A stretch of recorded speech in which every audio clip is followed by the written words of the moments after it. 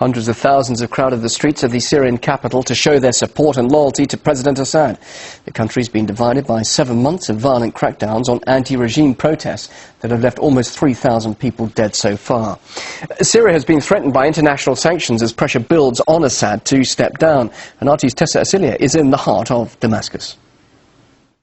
Thousands of people gathering to show their support for the government here in Syria. There was a lot of chanting, pro-Assad slogans being shouted out, as well as Syrian flags being carried around and posters. And it seemed like all the cars were converging into this one area here. Now, of course, this is a far cry from what we see in other places in the country, in other cities, where there have been reported clashes between anti-government protesters and security forces, not to mention the killings that have also been reportedly taking place.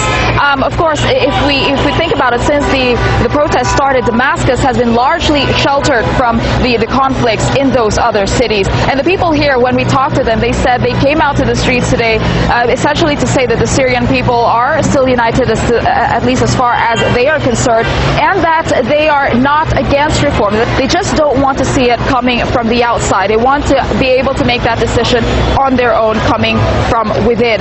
Now, what's interesting, too, is we saw a couple of military helicopters flying very low, in my opinion, over the crowd.